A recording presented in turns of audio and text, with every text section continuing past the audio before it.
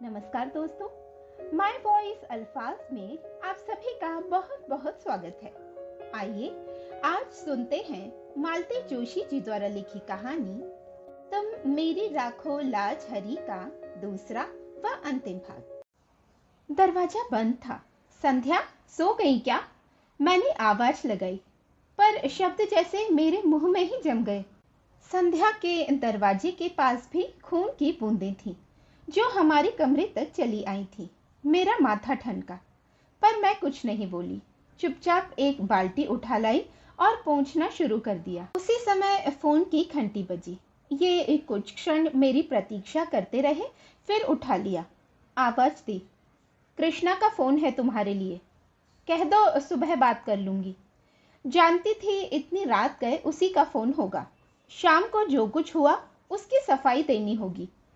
उस समय वह बात कितनी बड़ी लग रही थी, पर अब यहाँ जो कुछ हुआ उसके मुकाबले में वह कितनी छोटी और अर्थहीन लग उठी थी। इतनी रात को फोन किया है तो कोई जरूरी बात ही होगी, बात कर लो ना, कहते हुए ये कॉर्डलेस लेकर बाहर आ गए, पर वहीं ठिठक गए। बाल्टी पर दोनों हाथ रखकर मैं उन्हें अपलक देखती रही। एक क्षण को हमारी आंखें मिली और वे कमरे में चुपचाप लौट गए। अपना काम खत्म कर मैंने गेट पर बाहर के दरवाजे पर ताला डाल सारी बत्तियां बुझाई और पलंग पर आकर बैठ गई। सोने का मन नहीं हो रहा था, बस पलंग की पाटी पर सिर टिकाए बैठी रही। थोड़ी देर बाद वह अंधेरा मुखरित हुआ। शब्द मेरे कानों से टकराए, पर अर्थ कहीं खो गए। आप कुछ कह रहे थे? मैं यह कह रहा था कि मैं तो केवल उसे सांत्वना देने का प्रयास कर रहा था। वह बहुत अपसेट लग रही थी, इसलिए दिलासा देने की कोशिश कर रहा था। उसने पता नहीं क्या सोचा, एकदम गलत अर्थ ही निकाल लिया। आप यह सब मुझे क्यों बता रहे हैं? मैंने तो कुछ कहा नहीं, कुछ पूछा नहीं। अभी बाहर तुमने जिस तरह मेरी ओर देखा था, उसके बाद क्या कुछ कहना शेष रह जाता है? क्या तुम्हारी आंखों की भाषा मैं पढ़ नहीं सकता? शायद इन्हें भी किसी किस्म की दिलासा चाहिए थी, पर मेरा मन ही नहीं हुआ। चुपचाप पीठ फेर कर लेट गई। भीतर एक अंधड़ सा उठ रहा था। प्रश्नों के बवंडर उठ रहे थे। सांत्वना देने उसके दरवाजे तक जाने की क्या जरूरत थी? ऐसा आपने क्या कर दिया कि उसे आपके मुंह पर दरवाजा बंद करना पड़ा? ऐसी आक्रामक तो वह कभी नहीं थी। और आप कह रहे हैं कि उसने गलत सोच लिया? इस बचकाने विधान को मैं कैसे मान लूं? कोई भी औरत इस मामले में गलती कर ही नहीं सकती। छोटी बच्ची भी इस स्पर्श की भाषा को बखूबी समझती है। फिर चाहे वह स्पर्श नौकर का हो, दोस्त का हो, सहकर्मी का हो, औरत इसे परखने में कभी गलती नहीं करती। ईश्वर ने स्त्री को यह अद्भुत सहज ज्ञान प्रदान किया है। भीड़ की धक्का पेल में भी वह हर स्पर्श को अलग से परिभाषित कर सकती है। और ये कह रहे हैं कि उसने गलत सोच लिया होगा। ईश्वर करे ऐसा ही हो। उस रात मैं मना रही थी कि वह यहीं ठहर जाए।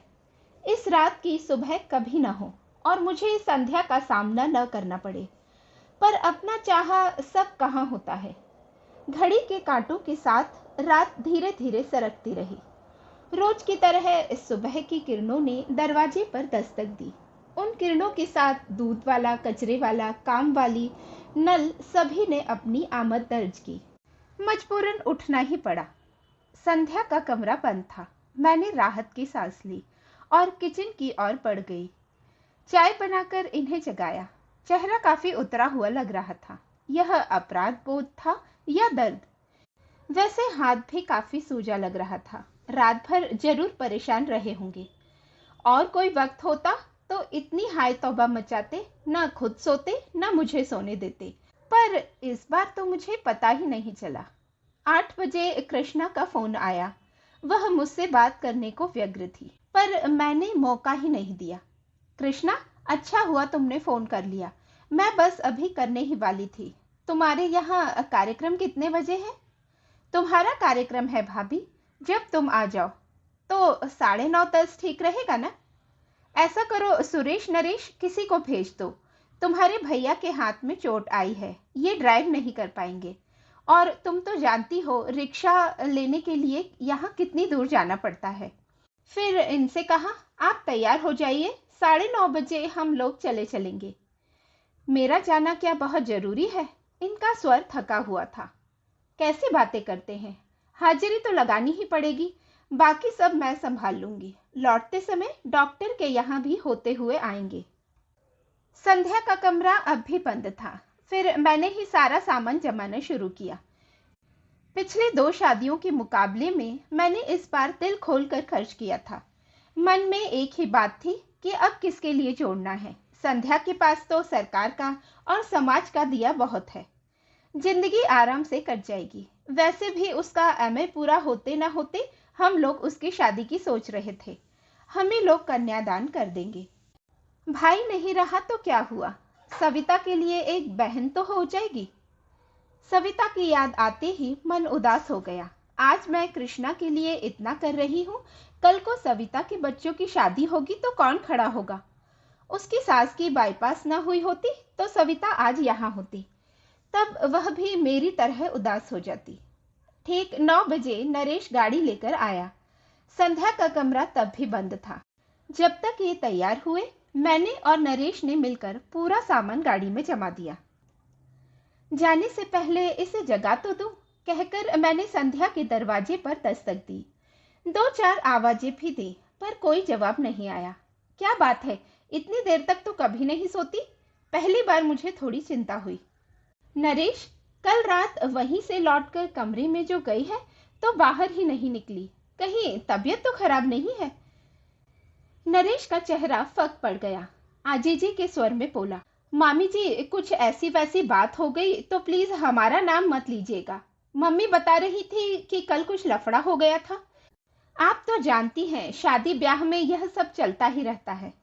वह बोलता जा रहा था और मेरा दिमाग ऐसी वैसी बात पर ही अटका हुआ था। ऐसी वैसी बात का मतलब? पर उसके कुछ कहने से पहले ही मतलब मेरे मन मस्तिष्क में कौंध गया। आशंका से मैं कांप उठी। नरेश, किसी तरह दरवाजा खुलवाओ। वह कैसे खुलवाता? उसने कंधों से धक्का दिया, घुटनों से जोर लगाया, पर दरवाजा टस से मस नहीं हुआ। फिर उसने कहा, स्क्रू ड्राइवर हो तो दीजिए, मैं बोल्ट खोलने की कोशिश करता हूँ। तुम दरवाजा तोड़ दो। मेरा धैर्य अब टूट चुका था। अनिष्ट की आशंका से मैं सहम गई थी, पर दरवाजा तोड़ना क्या इतना आसान था? मैं, नरेश, मेहरी सब जोर आजमा रहे थे। मोगरी, हथौड़ी सबका उपयोग हो रहा था। शोर सुनकर पड़ोस के शुक्ला जी भी आ गए। उनकी भी मदद ली गई।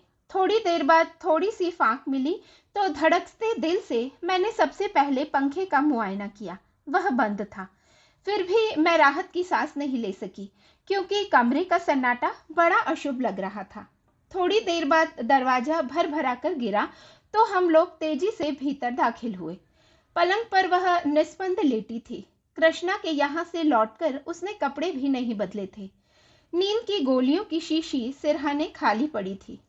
इसके बाद का घटनाक्रम एक दोह स्वप्न की तरह था। हम अस्पताल दर अस्पताल भटके, पर हर जगह भर्ती करने से इनकार कर दिया गया। आखिरकार मजबूरन सरकारी अस्पताल में शरण लेनी पड़ी।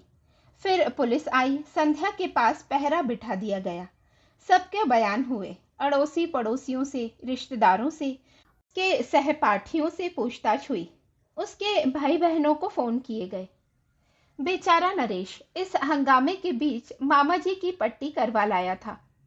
पता चला 3 उंगलियों में हेयरलाइन क्रैक है और छोटी उंगली का एकदम कचूमर ही निकल गया है। अच्छा हुआ कि इस समय सबका ध्यान संध्या की ओर था। इनके एक्सीडेंट के बारे में किसी ने उत्सुकता नहीं दर्शाई, नहीं तो किस किस को क्या क्या कैफियत देती। नरेश के जाने के बाद एक बात याद आई। घर में जब दरवाजे के साथ जोर आजमाइश हो रही थी, ये आंखें बंद करके एक आराम कुर्सी में चुपचाप लेटे हुए थे। जब हम लोग संध्या को उठाकर बाहर ला रहे थे, तब भी इन्होंने सर उठाकर या आंख खोलकर नहीं देखा। इस बात को अब 24 घंटे से ज्यादा बीत चुके हैं, शायद 28 घंटे। तब से मैं अस्पताल में ही बैठी हूँ। इतनी देर तक मैं ईश्वर से लगातार संध्या के जीवन की भीख मांग रही थी, और अब जबकि वह होश में आ गई है, मैं मना रही हूँ कि वह भले ही मुझे कटघरे में खड़ा कर दे, पर सच ना बोले। मुझे जेल की सलाखों के पीछे रहना मंजूर है। इस उम्र में मैं यह शर्म बर्दाश्त नहीं कर पाऊंगी। आंटी जी, आंटी जी। मैं अपने विचारों में इस कदर खोई थी कि इस आवाज को पहचानने में थोड़ा समय लगा। सिर उठाकर देखा, संध्या की बहन खड़ी थी। आप यहाँ बैठी हैं और आपके लिए हमने पूरा अस्पताल छान मारा। और मैंने गौर किया, चेहरा भी तनाव रहित था। फिर भी मैंने डरते डरते पूछा, संध्या कैसी है? अब खतरे से बाहर है, पर कमजोरी तो अभी रहेगी। चलिए ना, आपको बहुत याद कर रही है। मैंने उठना चाहा, पर पांव जैसे जम से गए। उसी ने सहारा देकर उठाया। चलते समय भी उसने मेरा हाथ नहीं छोड़ा। आप लोग उस दिन किसी शादी में गए थे? चलते हुए उसने पूछा। हाँ, क्यों? मेरा गला सूखने लगा था। वह बता रही थी कि मनीष की मृत्यु के बाद पहली बार ऐसे फंक्शन में गई थी, इसलिए उस माहौल को बर्दाश्त नहीं कर सकी। संध्या ही क्यों, साल भर से हम लोग भी किसी शादी में नहीं गए, पर यह घर का मामला था, जाना पड़ा। वही तो, आप दोनों की बड़ी तारीफ कर रही थी। कह रही थी कि आप लोगों ने कभी एहसास नहीं होने दिया कि वह विधवा है, इसलिए वह भी इस सच को भूल सी गई थी। पर शादी में जब इसी सच का सामना करना पड़ा तो उसे धक्का लगा, वह सह नहीं पाई। यह तो कहिए कि समय से इलाज हो गया, वरना। ईश्वर तेरा लाख लाख शुक्र है, मैंने दोनों हाथ जोड़कर कहा। मेरे हाथ कांप रहे थे, आवाज लरज रही थी, पैर जवाब दे रहे थे। 2 दिनों से भूख, प्यास, अनिद्रा और दुश्चिंता सब एकदम मुझ पर हावी हो गए। 2 कदम चलना मेरे लिए दूभर हो गया। लड़खड़ाकर मैं वही एक बेंच पर धम्म से बैठ गई। मुंह से बस इतना ही निकला, थैंक यू संध्या। अभी आप कहानी तुम मेरी राखो लाज हरी का दूसरा व अंतिम भाग सुन रहे थे। कहानी सुनने के लिए धन्यवाद। आशा करती हूँ कि यह दिल को छू लेने वाली कहानी आपको अच्छी लगी होगी। अपने विचार मुझ तक अवश्य पहुंचाइएगा। मालती जोशी जी द्वारा लिखी अन्य कहानियाँ आप हमारे चैनल की प्लेलिस्ट में सुन सकते हैं। और भी अन्य लेखिकाओं व लेखकों की कहानियाँ व कविताएं भी चैनल पर सुन सकते हैं। तो फिर मिलते हैं किसी अच्छी सी कहानी के साथ। तब तक खुश रहिए, स्वस्थ रहिए और अच्छी अच्छी कहानियां सुनते रहिए। धन्यवाद।